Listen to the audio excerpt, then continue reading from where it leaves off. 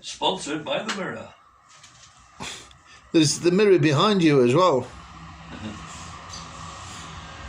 Sponsored by the mirror behind you. And the pillowcase on the radiator as well.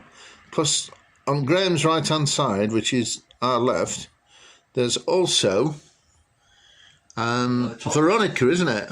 Pardon? It's Veronica. Oh, Veronica sits here waiting patiently for her hair to dry. Well, you didn't wet it though. You just put those clips in. I know, but they don't know that. Well, they do now. You've given it away. You spoilt it. That's why. Well, shall we start again? Go on. I'm not going to start again. It's part of the amusement of making mistakes. Nothing funny in it. Well, it doesn't necessarily have to You're be. a serious broadcaster like what I am. There's nothing funny about it. It's all serious. Yes. Yes. And you show. I can only work on a television series that was serious and not comedic. Yeah, and you have the same sort of eloquence as Ernie Wise seemed to have during the Morecambe and Wise show. Do I? Show, yeah. Oh yeah, what I wrote, yeah. Yeah. Yeah. Here's a play. What I wrote. You're as easily as eloquent as what he was. Thank you very, very much. It's always a pleasure to be complimented by you, Elton. Right. So you want to talk today about a lady who was killed. It's somebody you're interested in, though. Who was this lady, and how? Well, just tell us about the lady and anyway. Her name was Dorothy Kilgallen. Have we got that right? I always get a bit mixed up with her surnames. It's Dorothy Kilgallen or something. No, that didn't work. No. It didn't sound quite the same. No, Kilgallen. Can you look it up on your phone and get it right? My phone is on the verge. But she was in a TV program. She was a journalist. She was a journalist in her own right, and she was quite a tenacious person in as much that she looked ever so demure, but she was as tough as an alley cat when it came to getting her teeth into something. She wouldn't let it go. Right. And if she believed strongly enough in something, then she would go into the real depths to find out more about it. So she she was not a fan of the idea that Lee Harvey Oswald was the lone assassin of JFK. Yeah. And all her focus was more on Jack Ruby, who was a small town hustler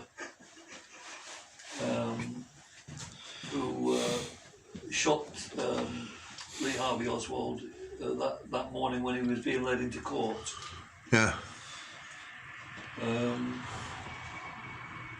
So basically, she thinks there was something going on that was a bit naughty. Basically, she was a friend of John F. Kennedy anyway, and she was doing very well out of her work with What's Your Line? Was it Kilgallen? Kilgallen, that's right. Yeah, I seem to remember you saying that to me before. Dorothy Kilgallen. She was born in Chicago, and she moved to New York, where she studied and became a personality, really. Yes, I saw. She worked on high-profile cases prior to that. She worked on the Profumo affair, which was a British. A British story.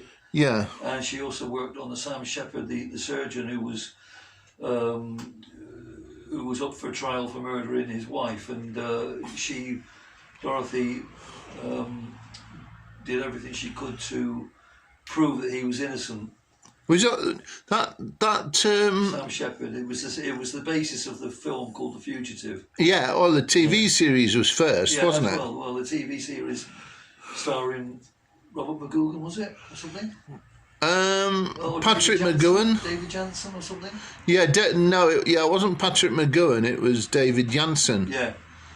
But later on, they brought out a film starring Harrison Ford as the lead character. Yeah, and based on that story. And Tommy Lee Jones was the guy who was trying to track him down. Guy to chase him down. Yeah. Fugitive. Yeah. So basically, she was the one to thank for getting him off the hook on that one. All right, she was because of her investigations. Yeah. She got the guy who was the inspiration for The Fugitive off the hook. Yeah. Wow. Yeah. And anyway, but in her other life, when she wasn't being a journalist, she worked on a very popular panel show at the time, a quiz show called What's Your Line? And she did pretty well. You had to guess the occupation of people in the programme by asking them a series of questions. And quite often Dorothy would win that, win. I tell you what, Graz, thinking about you for a bit, I think if you'd have been around at the time, I think you'd have probably asked her out. Yeah. If you were available. Yeah. Well, I think the guy that writes the book, Mark Shaw, who's written he's written quite a lot of books, but two books that are relevant to this that he's written are the Reporter Who Knew Too Much. Yeah. And Denial of Justice, because in her opinion, Dorothy and JFK and Lee Harvey Oswald didn't get the justice they deserved. Yeah. In her opinion. She wasn't a fan of Oswald or anything like that. No. She wasn't a fan of Jack Ruby. But she managed to secure 2 interviews with Jack Ruby. Nobody else did. Yeah, gosh. And that took her on her travels to New Orleans, where she met up with one of the head of New Orleans mafia, a guy called Carlos Marcello, I think his name was. And he was anti-JFK, and subsequently he was anti-Dorothy. What did he have against the president? I mean, well, I think a lot of it was down to I don't know the ins and outs of it all, but I know that JFK called in a couple of favours when the election was on, because they weren't doing too well in a couple of the states of America. They weren't doing very well. Yeah. Pennsylvania, I think, was one of them, and I can't remember the other one.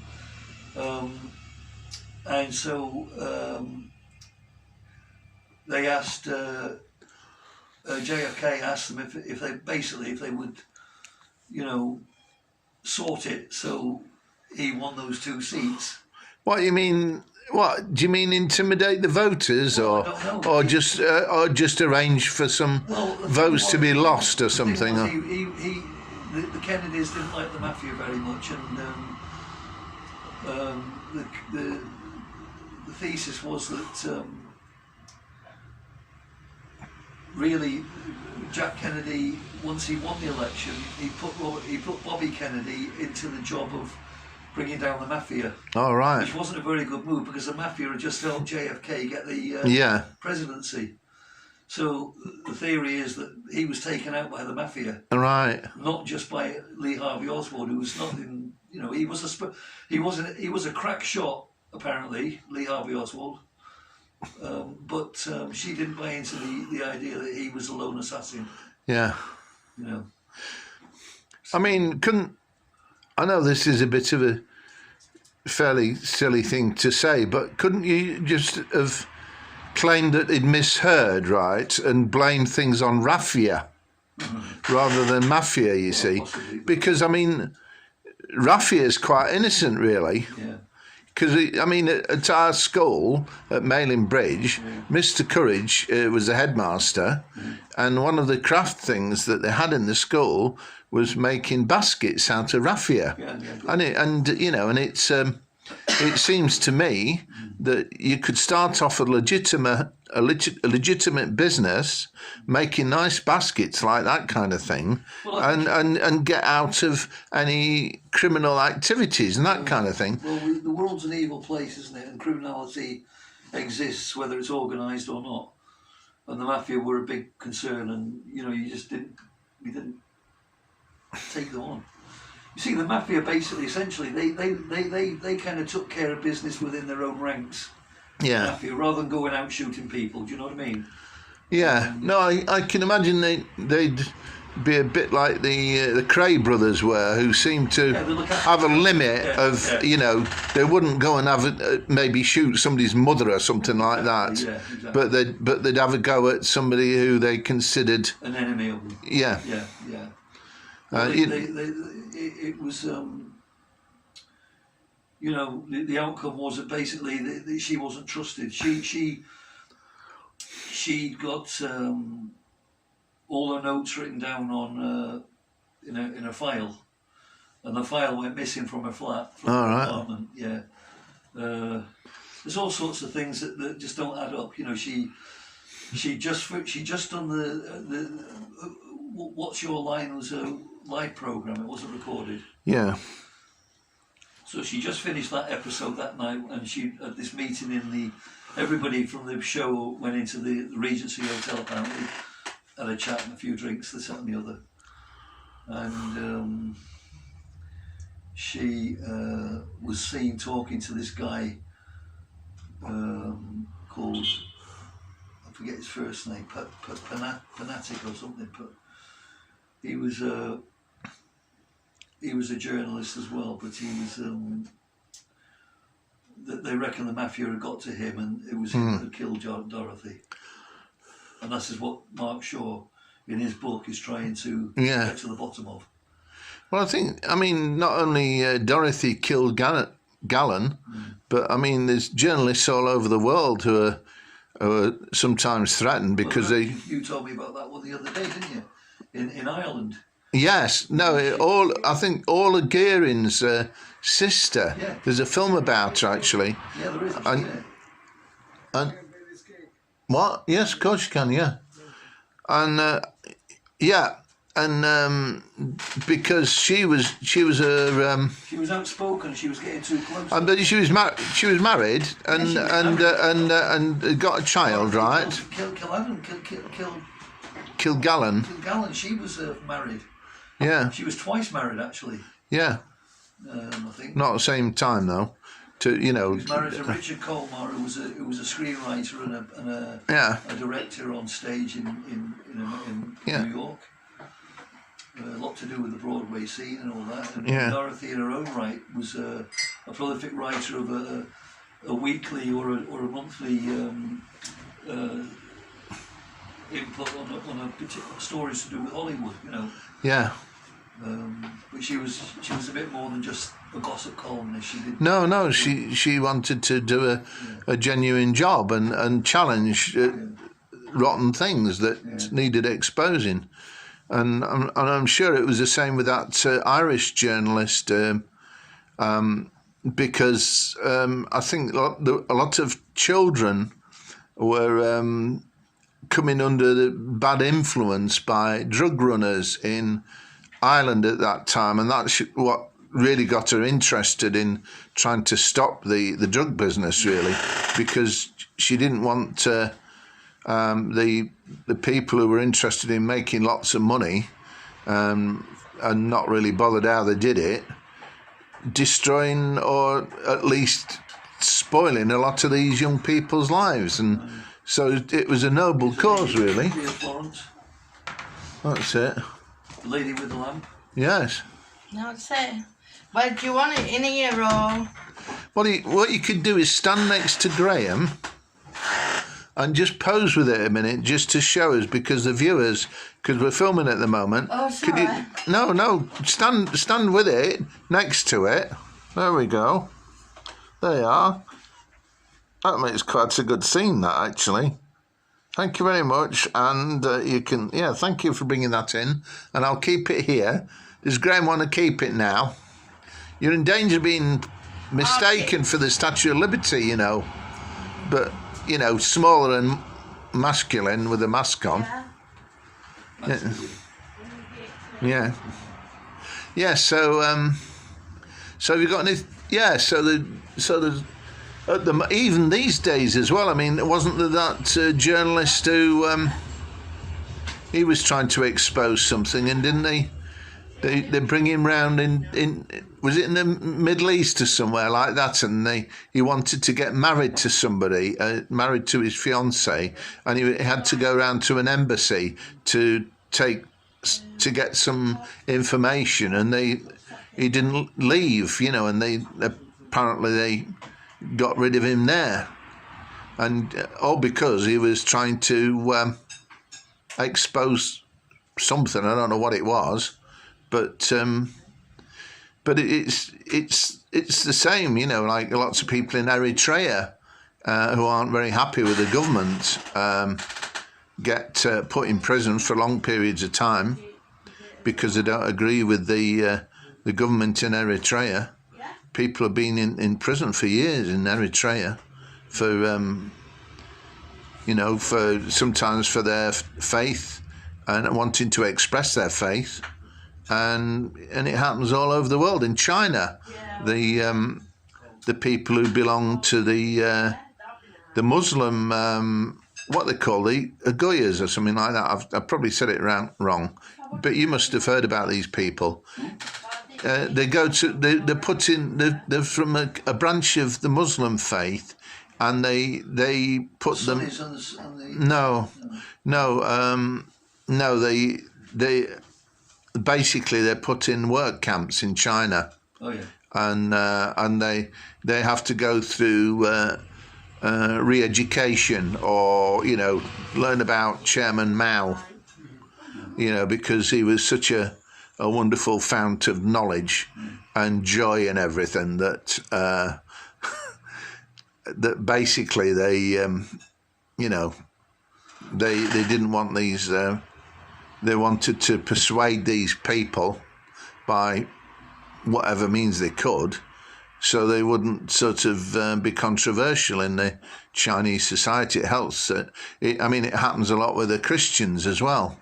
The churches in China, they sometimes have to have their they force them to knock the crosses off the government come along and knock the crosses down. Certain inverted commas churches, they're allowed to practice their ever drink, do you? No. Thank you. I don't mind. We've not got a license, but I haven't sold it or anything. No. Are you going to drink it elegantly out of a cup? No, but Oh. Sorry.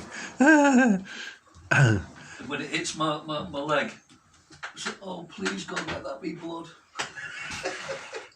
Oh yeah, that's a Scottish joke, isn't it? Oh please, let that be blood. Yes. Anyway, yeah. To go back to the serious matter for a minute. Yeah. So various different churches. You listening, Graz? No, sorry. Various different churches in China. They're not allowed to meet. They cause trouble for some of the churches in China and from the other religious groups as well. Like there's another group in China that the Chinese authorities aren't very keen on. The triads. No, they're not criminals. They just have got their own belief, and they want to just. Hey. Coptic Christians. No, they sometimes have trouble in Egypt. Yeah. But what is a Coptic Christian? I would imagine. I'm not sure exactly, but basically they want to, they want to meet in their own places of worship and be free to express their particular faith in God. You see, I've got a book at home, one of those DK books with information books. You know what I mean? Mm. And it's Religions of the World. I'll have to bring it in one day. I flicked through it when I bought it. I remember there was a TV programme on called Around the World in 80 Religions or something like that. And I watched that and I found it quite fascinating. And then I thought, well, I'll buy this book and read up a bit more about it. Yeah. I haven't, as it happens, but I'll have to bring it in one day. Yeah. Because Yeah. it's quite interesting, really. But anyway, getting back to Dorothy briefly. Yeah. Yes. Sorry. Yeah. To. She attended the What's My Line program the night before. Met up with this guy in the hotel. Everybody else dispersed, but she was still talking to him. So the guy she met in the hotel, had he been involved in the TV program? No, he wasn't involved in the TV. Did he go to the recording or something? There must have been an appointment to meet him after. All right. Yeah. Sorry. After the thing, and long after the other panelists and colleagues and crew and contestants had gone for the Yeah. she was still having deep conversations with him at the bar at the Regency. Right. She only lived down on Manhattan. It wasn't far. Yeah. Yeah. You know what I mean? And the consensus is that he was the last person to see her alive. Yeah. So was there any suspicion that he might have been involved with her killing then or something? Well, the suspicion was that he was owned a little bit by the mafia, I think. What you mean, like one of his legs or something like that? You know, I mean. No, he basically he was there. You know, they regarded him as their kind of servant or something like that. Or if they said jump, he'd have to say, well, how high? Yeah, you know well, there's all sorts of things like that. I mean, she died in Manhattan, right? Yeah. In her house, and or at least she was either killed in her house or she was taken to her house and then forced to take the drugs. Yeah. So did she die from drugs then or something? Well, the theory, the autopsy report said that she died from an overdose of barbiturates, and she had that she was depressed, and there was rumours going around that she was depressed and she was partaking in drugs, and the theory was that she committed suicide. At least that was the easy way out. Now the autopsy should have taken place in Manhattan, because that was the postcode, if you like, of where she was. But in fact, it took place at the medical examiner's office in the Bronx, and that medical examiner's office is actually run by the mafia. Right. Or at least. Did they establish that? Pardon? Did they establish that, or was that just an accusation? Apparently, it was common knowledge within those fields, you know, journalism and all that the Bronx medical examiner's office was under the control of the mob. Yeah. The chances are, if she'd had the autopsy in Manhattan, it would have come up with a different reading. I don't know. I mean, he's after getting the bodies exhumed now to get DNA. Oh, right. That's of her and her husband and this guy Pataki. Yeah, but to get DNA. Pardon? Yeah, but surely if they just got DNA, I mean, to just prove who it was rather than the cause of death or anything, they must. Well, obviously DNA would prove who Richard Coleman and Dorothy were, but they wanted to see if I don't think it's just DNA. I was going to say, because it would have to be something, some trace of a of some poison or something. Yeah. So it's interesting. I find it quite interesting anyway. But well, I mean, it's you know, I think I think it's such a shame, a tragedy. I think in a way, I mean, you know, I think in a way you're sort of following in her footsteps to a certain extent. Not as a professional journalist or anything, but Mark Shaw, who's a trained lawyer by occupation, he's a defence lawyer or whatever, prosecutor. He feels that Dorothy is calling. I know it sounds daft, but he feels almost like she's picked him out to do this research. You know what I mean? Yeah. And he keeps going on about her. It's obvious that somebody said to him that they reckon he got a crush on her. Yeah. And he said they may be right. He probably did. He thinks a lot of her.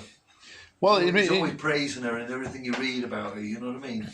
well, that to a certain extent reminds me of a bit of the Bible, because when there was Cain and Abel, and Cain slew Abel, right? Yeah. And then it said in one bit of the Bible that the blood cries up from the ground because he'd been killed. What if you're cremated?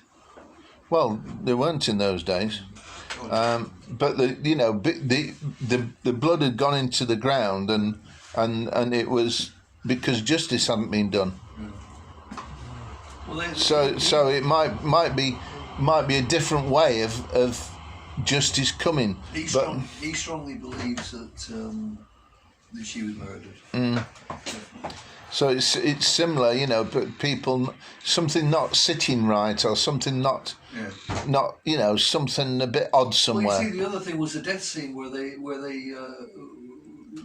everything was irregular. She'd made an appointment for the next day for 9 o'clock for Mark Sinclair to come in and do her hair, because she got an appointment that morning at her son's school. Yeah. Right.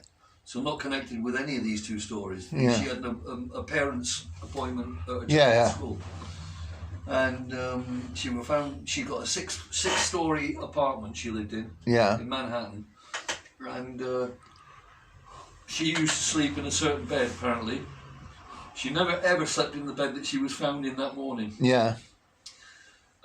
She always went to sleep with her taking all the makeup off and and everything else like that, and we're banging on a pair of old slippers and lolling around. She was dressed up to the nines. She was sat up in bed in this bedroom she never used. She was sat up rather than sleeping. Yeah. She yes. Mark Sinclair.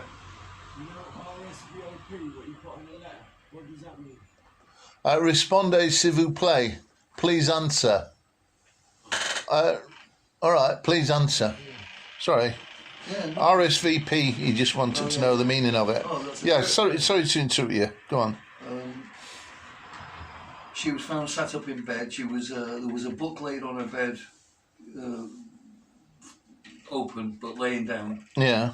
But almost like it was strategically placed, if you know what I mean. Yeah. And then there was a glass where they found some powder remnants of possibly barbiturate or something, where it may have been mixed with water or mixed with vodka. Her drink of choice was vodka. Yeah. She wasn't a drunk or anything, and she wasn't suicidal, so none of that rang true. You know what I mean? Yeah. And basically, she was dealt with the same way. There's a lot of similarities with Marilyn Monroe's death as well, and that was all connected with the mafia as well. So there's a lot to it. It is quite interesting. Yeah. To me it is anyway. Yeah. Well, I mean, it's. Well, I like things like that. Well, I mean, justice needs to be done, really, because there's a lot of rotten things happening in the world, and It's a horrible place. people don't get away with it. I mean, they'll face God one day. This world is horrible. It's evil. In a lot of ways, it's evil. I know there's lots of good people. Don't get me wrong. Yeah. But essentially, it's a dog eat dog kind of. Yeah, but you don't have to. You can do good in the world. I'm just saying that it's not a nice place to be born in. No. I worry a little bit now. I know that Alex is having this young baby girl. Yeah. I worry. Well, his wife. Already. You know what I mean? Yeah, I know what you meant. Yeah. I worry in many ways because, and I shouldn't. It's none of my business anyway. But I worry. Well, you are because you'll be the grandfather. Well, I worry about what young babies are coming into, what kind of world they're going to have to put up with. You know what I mean? As they get older. But I think if love's there, because I mean your parents, you had wonderful parents, sort of thing, and you lost them a few years ago. But what more can a parent do for their child, but love the child, you know, and I know you miss them terribly. I'd love for them to be around for a great grandchild. Yeah, well, you never know what they might be seeing. That would have been marvellous. You know, they might be seeing. You know, you don't know, because I mean, there is definitely a life after death, and there's definitely a resurrection. Yeah, but is there I mean, I'd like to think there's life after death, but you know, realistically. Stop doubting and believe. Read the Bible. Well, read the story. I'll tell you the truth, Al. I can't read the Bible. Well, listen to it then. Like, if you try reading the Bible, listen to it. It's you know, it's Some such a people lot can't. to take in. Some people can't read. Can't listen to it. Yeah, they can. Anyone can listen to it if they're not completely deaf. Some people can't No, read yes, it you might be slightly hard of hearing, but you're not deaf. Some people can't read it and put it into context. Well, it's and like that's why I go to church to have it read to me. Yeah, well, I mean, I don't read it from that. I mean, I just find it hard going. I just find all the wording and all the, you know. Is it because you read an older version of the Bible? Maybe I should read a more streetwise one. I don't know. I seem to remember you lending me one once. Streetwise Bible or something it was called. Where it was in everyday language. Yeah. I mean, instead of thee, thou, thou, and Yeah. you know, let's get on the boat to Galilee and all that stuff. You know what I mean? It's Yeah. Well, you know, if it's if it's in plain English, then I think you've got more chance. Yeah, because I can't take it in otherwise. The Bible. I mean, I don't disbelieve in God or anything like that. It's just that I don't fully. You what?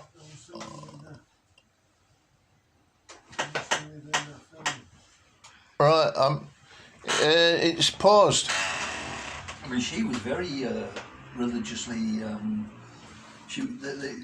Dorothy was born into her ancestry is Irish. Right. And she was born into brought up as a Roman Catholic. Because on one of the Who Watch Your Line programs featured a well-known bishop at the time, as a mystery guest. Yeah. And it was the one and only time you got the two blokes on the panel who would stand up to shake hands with whoever all the time. Yeah. But the two women would generally sit down and offer their hand. Do you know what I mean? Yeah. And but on this occasion, when this priest came in, she was stood up and kissed his hand and everything. Yeah. So, you know what I mean? So honoured the clergyman. Yeah. Sorry, Asif, you wanted to see the end of the film or something? No. Okay. Right. Well, but we've been. It's been very interesting listening to you, Graham. Anyway, and we've been on half an hour now. 32 minutes 48 seconds. No, I'm watching as well. That's all. Watching. You're doing that. Oh, watching. Oh, yeah. Right. So. I thought it was going on. Yeah. Well, it's this lady who was killed, who was an investigative journalist. 1965, she died. Yeah, and there are videos that you can see about somebody who's gone into even more depth if you went on to Dorothy, than Graham has. If you went on to Dorothy Kilgallen website, which is like, it just says Dorothy Kilgallen thestory.org, then you pick up some of the video clips as well. Yeah. Because the hairdresser that I'm talking about, who had an appointment with her at 9 o'clock that morning, he went straight upstairs, couldn't find her, said to the butler, I can't find her anywhere. Where is she? And she was in the other bedroom she never used, basically. And she was, it's interesting. Anyway, Anna, thank you very much. But before you go, take me up before you go. No, I wondered if you wanted to, with your friend here, who's in front of you on the black stand, if you could let us know about after the lockdown. No, here, Graham, in front of you, the lady in front of you. Veronica. Veronica, yeah, I've forgotten her name from it. Anything to eat, love? Anyway, basically, so Graham, when hopefully lockdown is finished, he's a very experienced hairdresser, and he wants to. She's shaking with affection. Look. He basically wants anyone who wants to come and be a hair model for him, and give a donation to their favourite charity, and it'll help Graham get back. He is an experienced hairdresser, but it'll help him get back his get back to fitness, I suppose. She's beautiful, isn't she, Veronica? And has she got much to say, Graham? She's quiet at the moment. She's got a sore throat.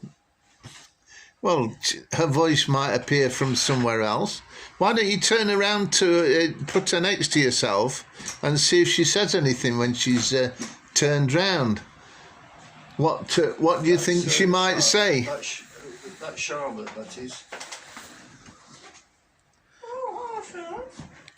Hello. She said hello to you, and she didn't usually say hello to many people. I've just been in Tesco. She didn't say hello to me. Oh, the bitterness of rejection in Tesco. Oh, the bitterness of rejection in Tesco. Oh, the bitterness of rejection in Tesco. Rather have a chocolate cake instead. Ha ha. Well, she was concentrating on getting me a chocolate thing for my birthday. Anyway, so don't take it too personally. But everyone could say goodnight now if they want, if they've had enough. Night, night, Victoria. Oh, Charlotte. Night, night, Charlotte. Charlotte. Night, night, Elton. And good night, Graham Simpson. And night, night, Asif. Okay, thanks for watching, and we'll maybe do another film. If we haven't been too controversial about these people who've been doing rotten things all over the world. Anyway, they'll have to answer to God if they come after us. Anyway, all the best then. Thanks for listening. Bye.